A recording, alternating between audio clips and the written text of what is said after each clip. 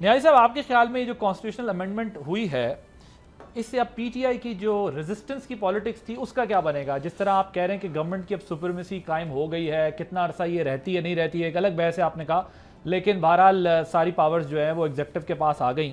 سو آپ کو کیا لگتا ہے اب ان کے پاس کیا آپشن ہے؟ جو ریزسٹنس کی پالیٹکس تھی، ان کے تو پچھلے آپشنز بھی کافی فیل ہی ہو گئے تھے، اب آپ کو کیا لگتا ہے ان کی پالیٹکس کہاں کھڑی ہوئی ہے؟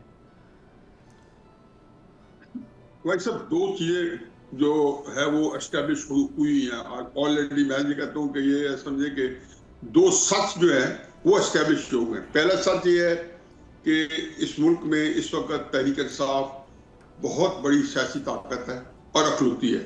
اور دوسرا سچ یہ ہے کہ تحریک انصاف جو ہے اپنی احتجاج کی سیاست جو ہے وہ بری طرح پٹوا چکی ہے. اور اس کے لیے یہ نہیں کہ اس نے کوئی نیا وہ کون سا کام کرے گی کہ اب اس کا احتجاج کامیاب ہوگا. جو کون سا کام اس نے نہیں کیا، ہر طرح کے احتجاج کر کے دیکھ لیا، لانگ مارچ، جلسے، جلوس، وٹ ایور، اور اس کے بعد ترسیلات زر، اور ہر چیز کے اندر بائیکاٹ فلانا. تو سارے جو تھے، ایک ہوتا ہے عام طریقے ناکام ہونا، ایک بری طرح ناکام ہونا. اور یہ اس میں صرف ایک ہی چیز جو ہے اسے آپ ڈرائیو کر سکتے ہیں، اور وہ یہ ہے کہ تحریک انصاف کے پاس اپنی جو سیاست جو ان کے پاس بہت بڑی کسی وجہ سے ہوئی ہے، جس میں عمران خان کا اپنا کوئی کمال نہیں ہے، ان کی کوئی کارکردگی نہیں ہے. ان کے جو سی وی ہے اس کے اندر کوئی کیا 1 کروڑ نوکریاں دی ہیں انہوں نے، 50 لاکھ گھر بنائے ہیں. کیا عثمان بزدار محمود خان کے اوپر ان کو یہ پاپولیرٹی ملی ہے؟ کیا کشمیر فتح کی ہے؟ کشمیر تو دیکھ کے آئے ہیں. کیا باجوہ کے ساتھ 5.5 سال جو وقت گزارا ہے اس کے اندر وہ کمی بیشی رہ گئی ہے جس کے اندر اس نے اسٹیبلشمنٹ کا بورو ہونے سے ہٹ کے کیا ہے؟ جو کچھ ہی وجہ تھی، 12 ان کی جو پاپولیرٹی ہے جو موجود ہے، اس کو وہ ایک کسی اسٹرانگ طاقتور پولیٹیکل حکمت عملی میں یا ایکسیکیوشن میں نہیں ڈال سکے. اب آ جائیں کہ کرنے کا کام کیا ہے، کیا ہو سکتا تھا، کیا نہیں ہو سکتا تھا.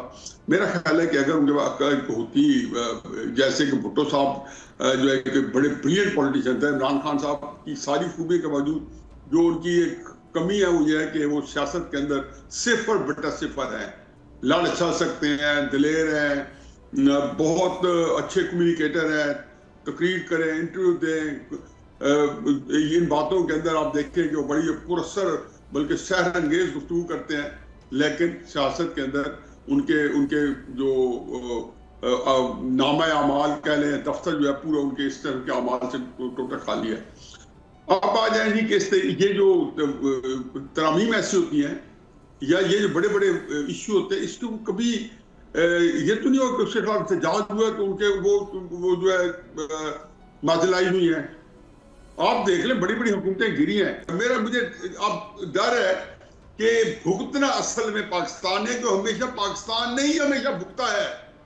یہ بھٹو صاحب نے جو کچھ کیا ہے، ان کو جو کچھ ہوا، جو اس سے پہلے ایوب خان جو کچھ کر گئے، پاکستان جس طریقے سے جو 16 دسمبر ہے تو وہ کوئی ہماری کو فوجی شکست نہیں تھی. وہ ایوب خان کے پیچھے جب وہ چیف مارشل ایڈمنسٹریٹر نہیں بنے تھے تو 50 میں جو کارکردگی تھی، جو سازشوں کا حصہ رہے، اور جو 60 میں کرتے رہے اس کا نتیجہ تھا.